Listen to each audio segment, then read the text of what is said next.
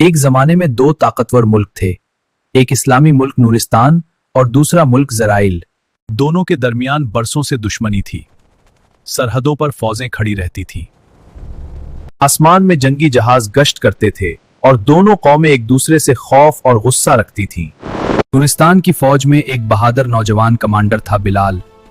वो बहादुर तो था, मगर उसके दिल में एक ख्वाहिश थी कि कभी जंग खत्म हो और लोग सुकून से रह सकें।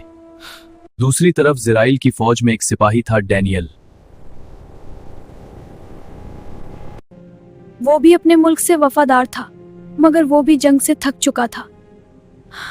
किस्मत ने अजीब खेल खेला। एक दिन सरहद के करीब एक शदीद तूफान आया। दोनों मुल्कों के कुछ सिपाही रास्ता भटक गए। इसी तूफान में बिलाल और डैनियल एक पुराने खंडर के लिए जन्नत करो। ओके।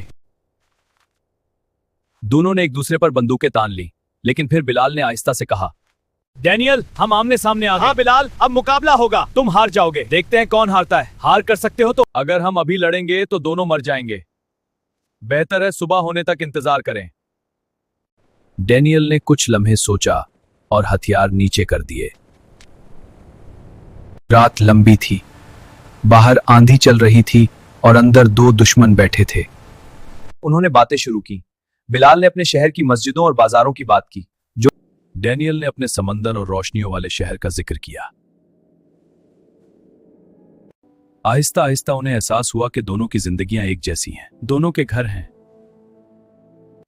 खानदान है, ख्वाब हैं, मगर ये दोस्ती खतरनाक थी। अगर किसी को पता चल जाता तो दोनों को गद्दार समझा जाता। जंग का दिन सुबह हुई तो दूर से तोपों की आवाज आने लगी। जंग शुरू हो चुकी थी। बिलाल और डैनियल जानते थे कि अब वो दोबारा दुश्मन बन जाएंगे। हाँ, हम जानते थे कि ये दिन आएगा।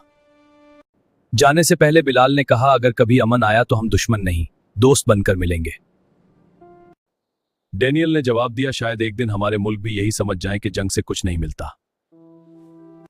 दोनों अपने अपने रास्ते चले गए। मैदान जंग में वो फिर सिपाही थे, मगर दिल के किसी कोने में एक राज छुपा था। दुश्मन मुल्क का एक दोस्त। और कभी कभी यही छोटी सी उम्मीद बड़ी जंगों को बदलने की ताकत रखती है। अगर आपको हमारी वीडियो अच्छी लगी हो तो हमारे चैनल चिल्ड्रन सिटी को लाइक, सब्सक्राइब, शेयर करो।